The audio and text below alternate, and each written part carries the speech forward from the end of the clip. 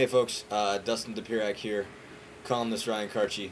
We're up here in the Evansville, the media suite, I think, here at the Ford Center. We were down. That doesn't on, make it any nicer, in case you're wondering. It is a little bit. It nice. is pretty It nice. is nice. It is nice. It's the internet hasn't been good for most of the evening, No, but this not is quite. this is kind of a nice deal. They got us. We were on courtside for the game. I guess we didn't have internet in the media room, but they sent us up here to this fine, sweet-looking thing, and we don't even bother everybody else because we got like glass windows next to us, and that's pretty sweet. But anyway, we witnessed a pretty significant beating. IU just laid into Evansville 94-73 in this one, and this was really impressive. I mean, I don't, Kareem was asked whether this was the best, most impressive performance he's had since he's been coaching there. He kind of dodged that one. Verdell Jones says he thinks it was, and it's an interesting question. I mean, I think there were a lot of games last year where they blew somebody out, and you thought maybe that team was better than it actually was.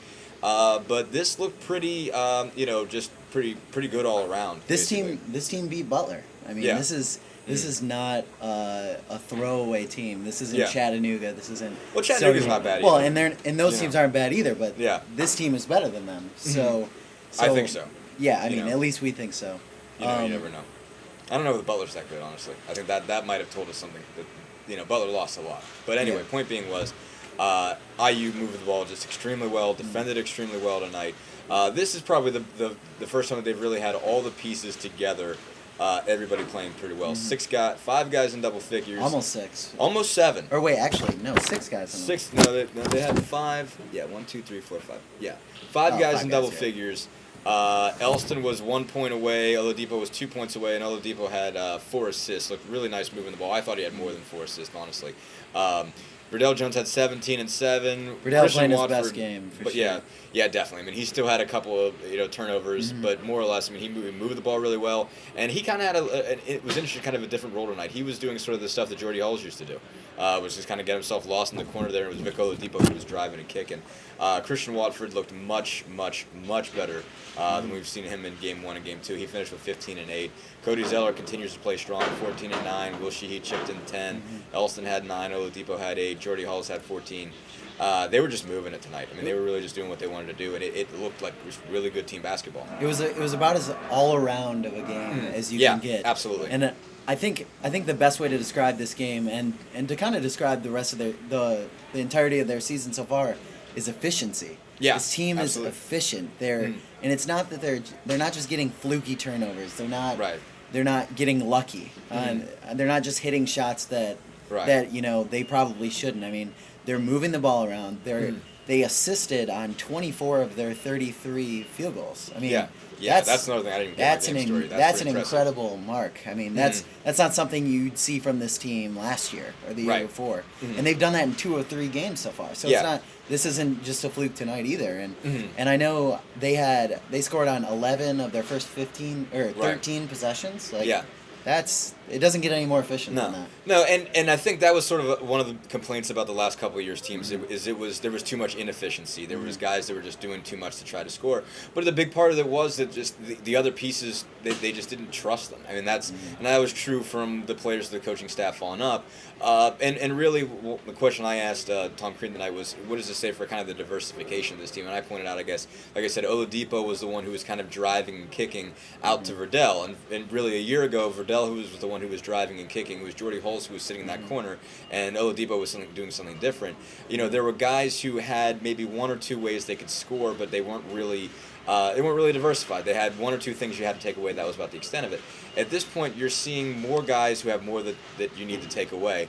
And, Oladipo, I think, is definitely one of them. You haven't seen, I don't think, the improvement in the outside shooting that we saw up at the Indy Pro-Am, but he's driving the ball a lot better, and he's not just in straight lines anymore. It used to be, if he had a lane, he could take it.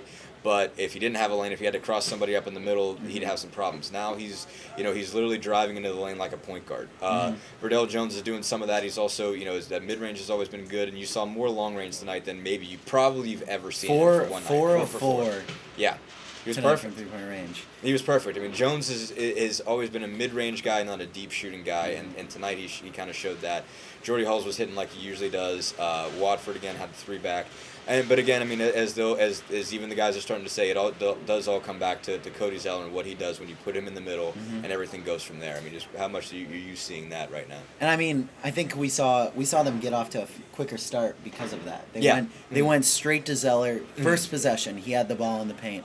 And that was important, and I forget what they started off to. I think it was 11-3 to start off the game, and Cody scored 6 points like that. I mean, that's what's going to happen with Cody. I mean, there's going to be stretches where he's commanding a lot of the defense and he's not scoring as much.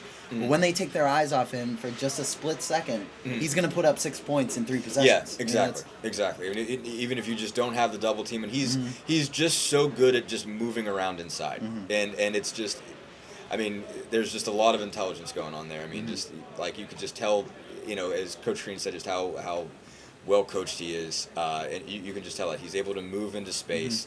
It's not just you give him the ball and he overpowers the guy behind him, because even at 230, he's still not necessarily doing that. It's the quick space movement and the short space movement that just puts him at that level.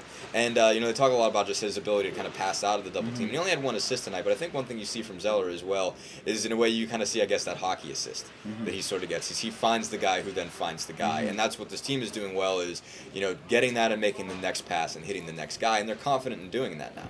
And I know we talked about it a lot, but I think it's fair to say we may have even underestimated how much Cody Zeller means to this. It has been hard to overestimate, because I mean, really, how many? I don't know how many hosannas you and I sung to Cody last year. I mean, between all the high school all-star games and just everything else, just saying more and more great things about Cody. But everybody keeps saying.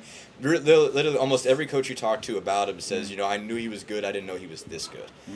There was always that occasional reason maybe to underestimate him. That he's not strong enough, that he's not big enough, and he kind of cured that part of it. But there's always just little things you see in his game that you just don't see from a lot of other guys, and that's sort of what continually stands out. So I guess the one thing I'm wondering is where does this team go from here? I mean, is this a team that can beat NC State on the road? Is this a team that can beat Notre Dame on the road? I mean, those are in a neutral site. Or at a neutral site, but I mean, those are real questions to ask. I mean, obviously, again, this Evansville team is a better team than we've seen, and you do have to point out that part of the reason that they've had as long a losing streak as they've had is they're not playing teams like Evansville on the road. I mean, Evansville is a good team, but really, more or less, they've been playing their road games have been against Big Ten teams or BCS opponents. They haven't really played anybody that's any lower than that. But this still isn't the same as playing Kentucky. It's not the same as playing Notre Dame. It's not the same as playing NC State. It's certainly not the same as playing a Big Ten team.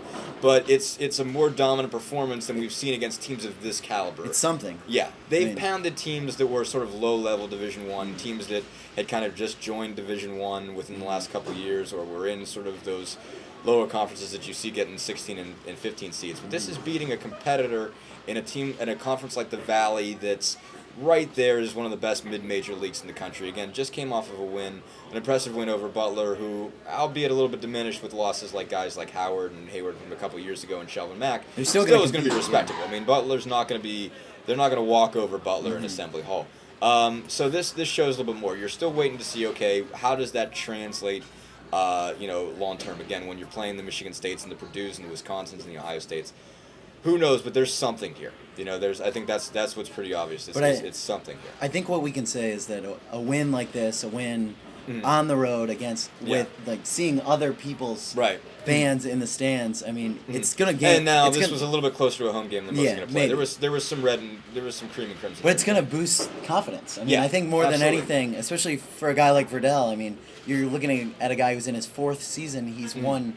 Now he's won 2 true road games. I mean, that just something like that is something that gets rid of that black cloud. It's big to win the first one. It's big to not be asking yourself that question in January or February. Are we ever going to win on the road? And again, part of it is scheduling. Part of it is scheduling because, again, there wasn't an Evansville on the road schedule in the last couple of years.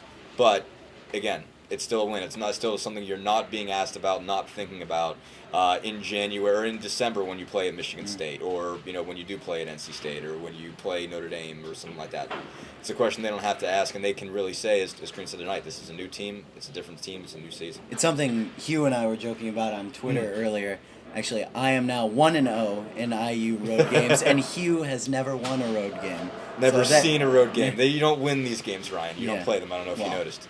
IU has never won a road game while Hugh was covering the team. Of course, he only covered the team for 1 year. But anyway. But still.